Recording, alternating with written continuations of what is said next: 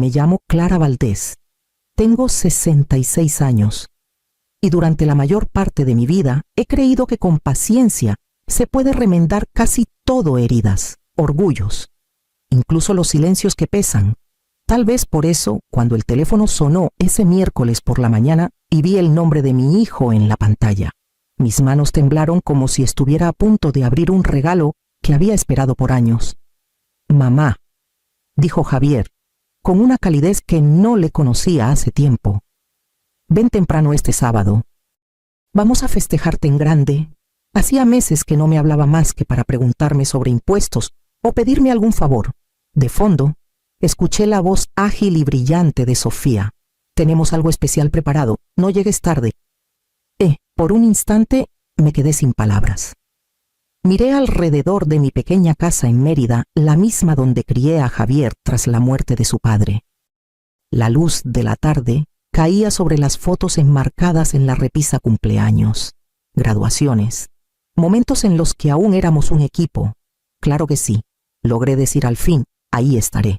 Cuando colgué, me quedé junto a la ventana, viendo cómo las bugambilias se mecían con el viento. Intenté calmar el nudo en mi pecho. Tal vez esto era el comienzo de algo bueno. Sofía podía ser de lengua filosa, pero también era ambiciosa. Quizá estaba aprendiendo a ser más amable. Y Javier, bueno, tal vez había entendido que el tiempo no espera a que uno se disculpe. Esa noche, saqué mi vestido verde del armario, el que compré hace 20 años para la graduación de Javier. Lo planché con cuidado, alisando las arrugas con la palma de mi mano. La tela aún olía levemente a cedro del baúl donde lo guardaba. Me arreglé el cabello. Me puse un toque del perfume suave que reservo para los domingos y dejé mi bolso listo junto a la puerta. Por primera vez en años, la casa no se sentía tan silenciosa. Me fui a dormir imaginando risas, el tintineo de copas, la mano de mi hijo cubriendo la mía con cariño.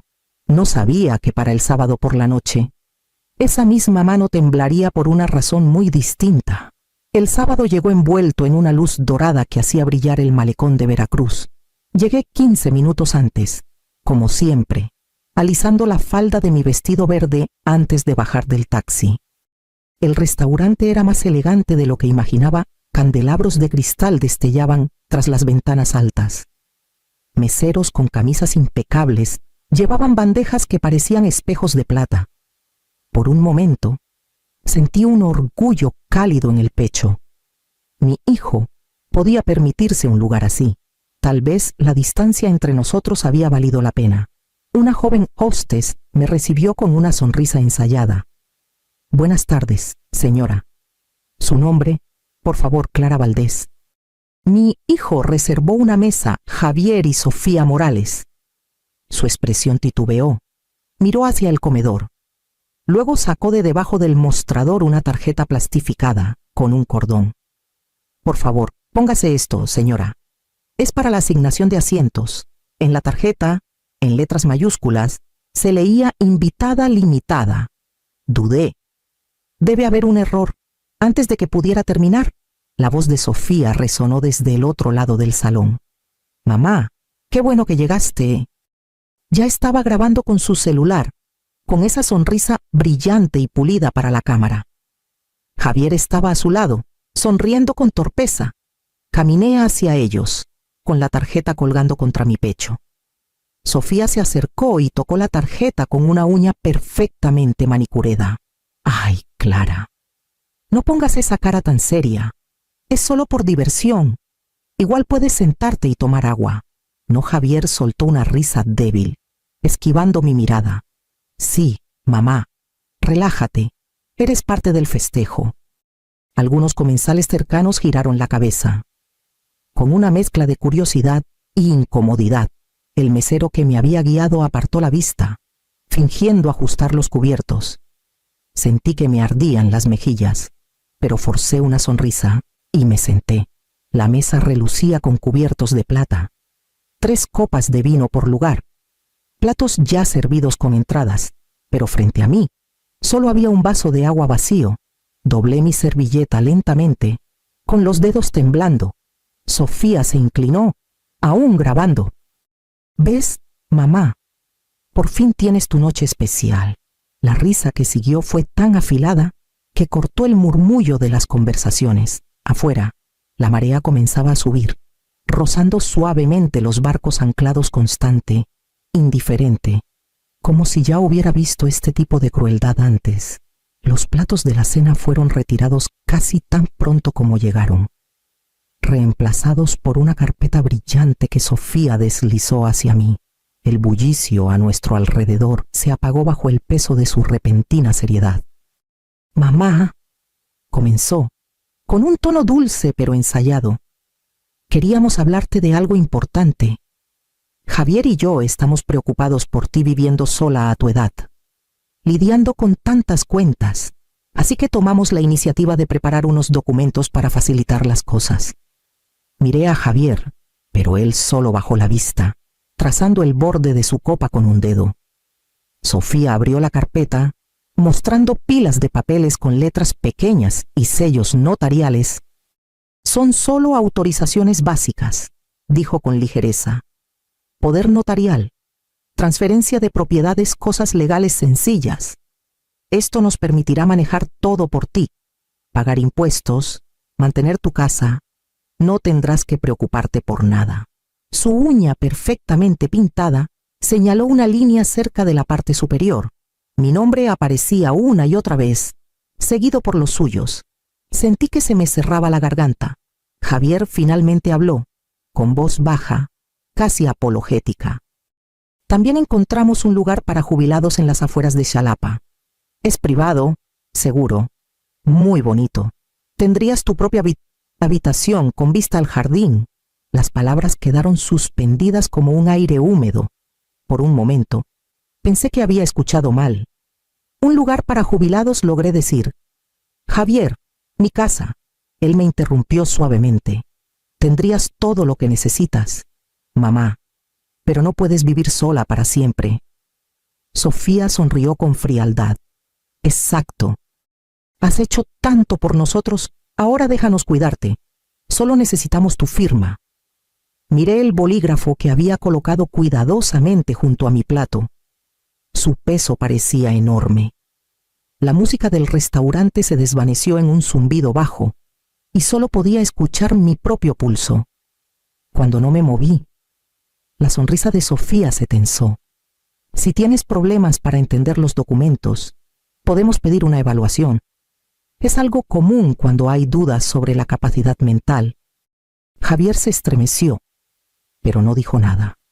Por primera vez en años, el espacio entre nosotros se sintió definitivo. Doblé las manos en mi regazo para detener su temblor y miré los papeles. Dándome cuenta de que esto no era una cena, era un despojo silencioso disfrazado de preocupación. Las palabras de Sofía se volvieron un murmullo mientras seguía explicando los documentos, pero mis pensamientos ya estaban en otro lugar, en los años silenciosos que nadie nunca preguntó.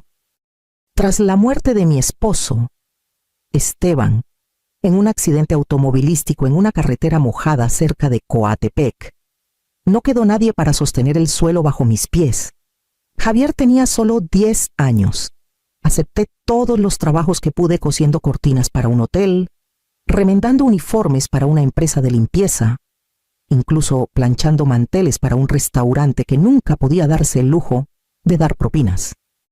Por las noches, cuando Javier dormía, me sentaba junto a la ventana de la cocina con una lámpara pequeña y mi vieja máquina de coser, que zumbaba como un latido. Le decía que estábamos bien, que el seguro de su padre nos alcanzaría, que todo estaba bajo control. Pero no duró mucho, no después de las cuentas del hospital y los costos del funeral. Lo que me salvó no fue la suerte ni la ayuda de la familia.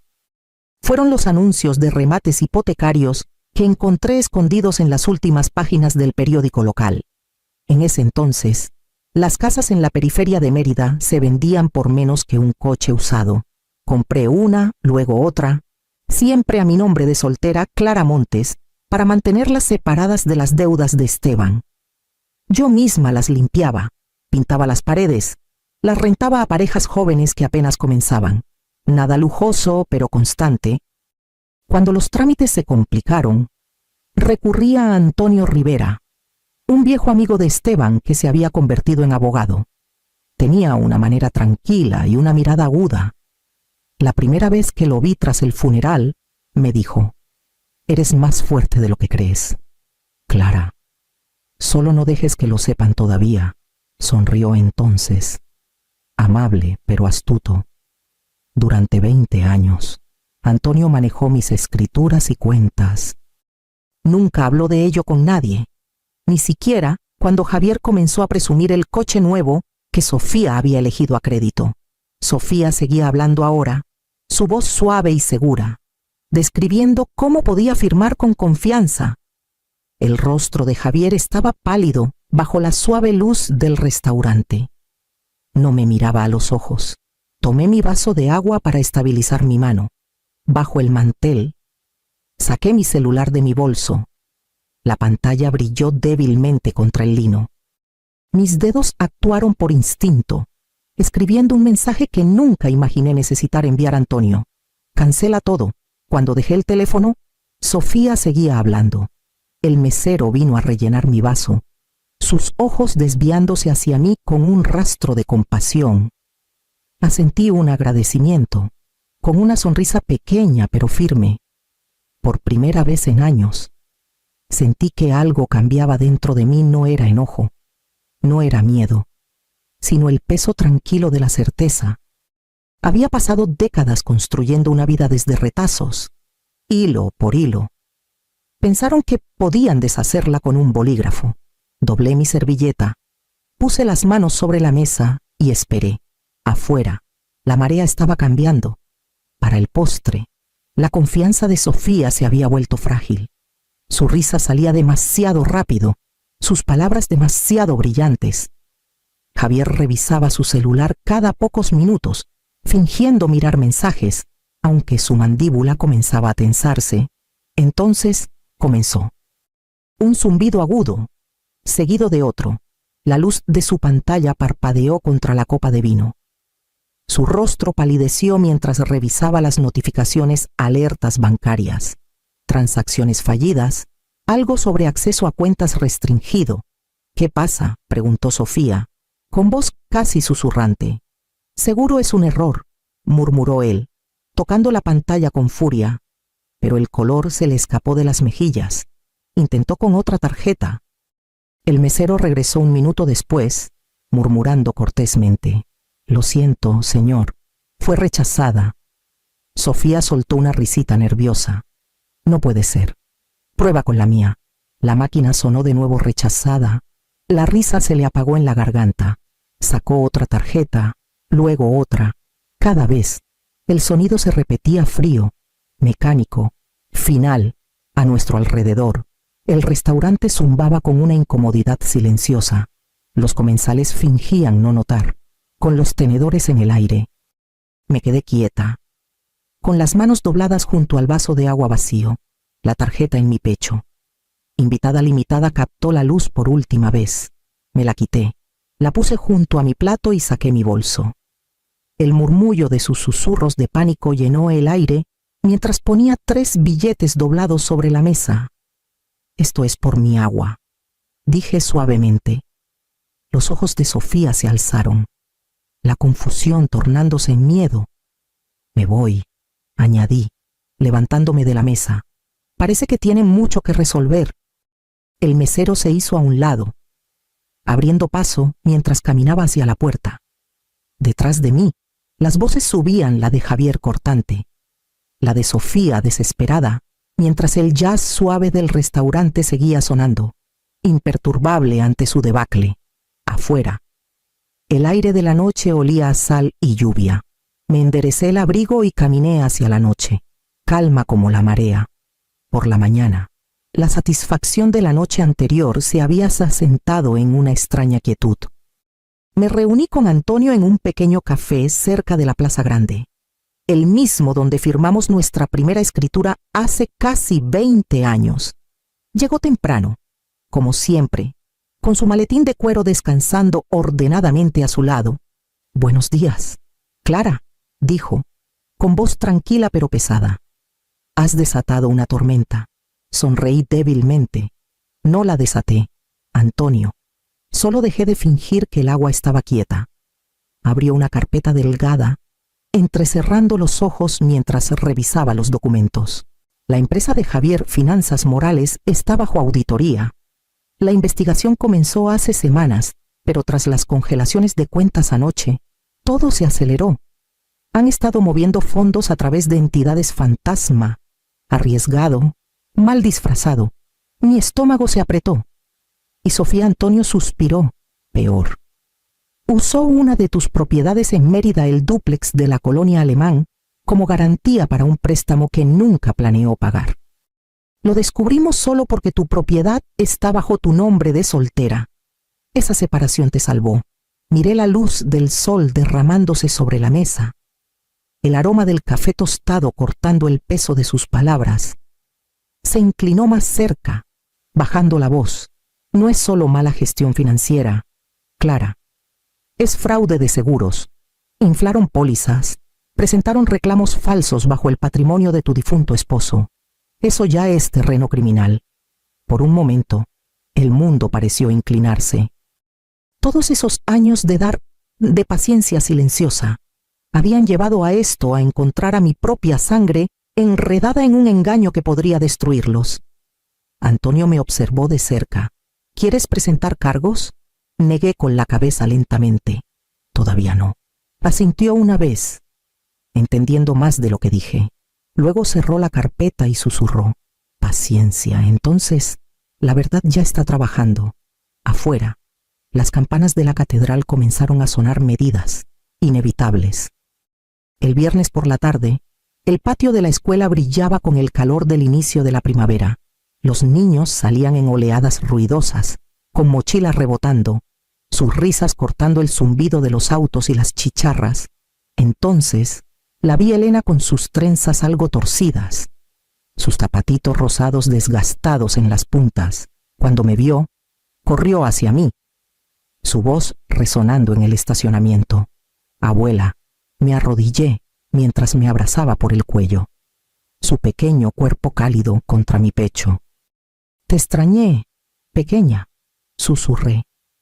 Mamá dijo que ya no puedes cuidarte sola, dijo con naturalidad, sus ojos buscándome con una preocupación infantil. Por eso no te veo mucho. Sus palabras dolieron, pero solo sonreí, apartando un mechón de su frente. Ay, pequeña, a veces los grandes dicen cosas que no sienten de verdad. ¿Qué tal si hacemos galletas este fin de semana y demostramos que todavía sé manejar una cocina? Ella rió, convencida al instante. Tomé su mano y la llevé al coche. El camino de regreso a mi casa fue tranquilo, apacible. Elena tarareaba, mirando los manglares pasar, mientras yo sentía el peso de cada decisión detrás del volante. En el asiento del copiloto, dentro de mi bolso de cuero, estaban los documentos que Antonio había preparado, papeles de custodia temporal, firmados y sellados hace 2 días. Elena apoyó la cabeza contra la ventana y susurró: ojalá pudiera quedarme más tiempo contigo. Abuela, aquí todo es tranquilo. Se me hizo un nudo en la garganta, pero logré una risa suave. Entonces está decidido, dije. Te quedas el fin de semana. Mientras cruzábamos el puente hacia el lado tranquilo de la ciudad, la luz del sol se extendía sobre el río. Por primera vez en semanas, el futuro no se sentía como miedo, se sentía como propósito. Pasada la medianoche, comenzaron los golpes. Al principio, pensé que era un trueno acercándose desde el puerto, pero el ritmo era demasiado humano, enojado, desigual. Elena se movió en la habitación de huéspedes arriba, murmurando algo en sueños. Me levanté en silencio, ajustando mi bata, y me dirigí al pasillo principal. Los golpes volvieron, más fuertes. ¡Mamá! La voz de Javier se quebró a través de la puerta. ¡Abre! ¡Tenemos que hablar detrás de él! El grito agudo de Sofía resonó en la noche. ¡No puedes esconderte ahí! ¡Clara, nos arruinaste! Me quedé a unos pasos de la puerta, con el pulso firme pero frío. A través del cristal angosto, Los vi Sofía descalza, con el maquillaje corrido. Javier aferrando su celular como si fuera su salvación. Su coche estaba mal estacionado junto a la acera, con los faros encendidos y el motor rugiendo. Mamá, por favor. El tono de Javier pasó de la rabia a la súplica. Congelaron todo, la casa, las cuentas, todo se fue. Dijeron que era fraude, que se detuvo cuando Sofía lo empujó a un lado, su voz quebrándose. Esto es tu culpa, tú y tus secretitos. Hablé a través de la madera, mi voz baja pero firme. Deberían irse a casa, los dos. Es tarde. Sofía golpeó la puerta con la palma. No tenemos casa. Antes de que pudiera responder, las sirenas comenzaron a sonar a lo lejos, acercándose. Había llamado a Antonio horas antes, sospechando que esto podría pasar. Su oficina ya había notificado a las autoridades locales sobre el acoso y las investigaciones en curso. Las luces azules bañaron las ventanas del porche. 2 patrullas se detuvieron, con las llantas crujiendo contra la grava. Los oficiales bajaron, con voces tranquilas pero autoritarias. «Señor y señora Morales», dijo uno, «tienen que alejarse de la propiedad. Hay una investigación activa». Los hombros de Javier se hundieron. Sofía se quedó inmóvil, su rabia colapsando en incredulidad. No abrí la puerta. Solo me quedé ahí, con la mano en el cerrojo, escuchando cómo sus voces se desvanecían bajo el sonido de palabras oficiales medidas, finales, arriba. Elena dormía pacíficamente. 3 días después, el aire en Mérida se sentía más pesado, como si toda la ciudad supiera que algo se había roto. Los titulares no usaban sus nombres, pero reconocí la historia al instante: mala gestión financiera, firmas falsificadas, colaterales fraudulentos. Para cuando los investigadores vinieron a tomar mi declaración, la verdad ya había comenzado a engullirlos. Javier llegó primero a la audiencia, con el rostro demacrado y pálido, la confianza agotada en sus ojos. No me miró. «Mamá», susurró cuando nos cruzamos en el pasillo. No sabía que ella había ido tan lejos. Fue idea de Sofía, solo quería ayudar. Sofía apareció momentos después, escoltada por su abogado, con una compostura frágil pero intacta. Cuando vio a Javier, siseó: «Tú también firmaste. No te atrevas a echarme la culpa». Sus palabras se mezclaron acusaciones disfrazadas de disculpas. No dije nada. El asistente del juzgado me llevó a una pequeña sala de conferencias donde di mi testimonio una vez, en voz baja, hecho por hecho. No alcé la voz ni dejé que temblara. La verdad tenía suficiente peso. Antonio estuvo cerca, silencioso como siempre, entregando los archivos que habíamos guardado bajo llave durante años. Para el final de la semana, los veredictos llegaron rápido: incautación de bienes, restitución, múltiples cargos bajo revisión federal.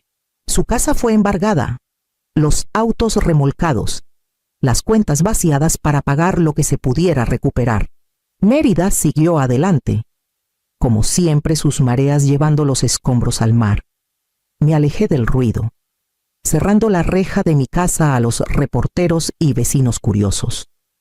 Algunas noches aún escuchaba el eco de los puños de Sofía contra mi puerta, pero ya no me asustaba. La justicia no llegó con triunfo, llegó silenciosa como una marea que retrocede, dejando espacio para que la orilla respire de nuevo. Meses después, el aire en el puerto de Progreso olía a sal y jazmín. La ciudad había retomado su ritmo, barcos flotando, gaviotas girando perezosamente sobre el agua. Elena saltaba unos pasos adelante, su risa llevada por el viento. Estaba más alta ahora, más segura, la clase de luz que crece en la seguridad del amor. Nos detuvimos en la nueva oficina en el Paseo de Montejo, su letrero brillando suavemente bajo el sol de la tarde: Fundación Luz del Puerto. Adentro, voluntarios ordenaban papeles y recibían a clientes mayores con sonrisas pacientes. La fundación había crecido más rápido de lo que esperaba, ofreciendo ayuda legal gratuita a personas mayores engañadas o presionadas por sus familias. Cada historia se sentía como una pequeña marea girando hacia la justicia. En mi escritorio, bajo una lámpara de latón, estaba la tarjeta plastificada que alguna vez decía invitada limitada. Había dejado de ser una cicatriz para convertirse en una brújula, recordándome cómo el silencio puede transformarse en fuerza cuando se encuentra con la verdad. Una carta de Javier llegó la semana pasada. La última línea decía: por fin entiendo lo que significa el respeto. La doblé con cuidado.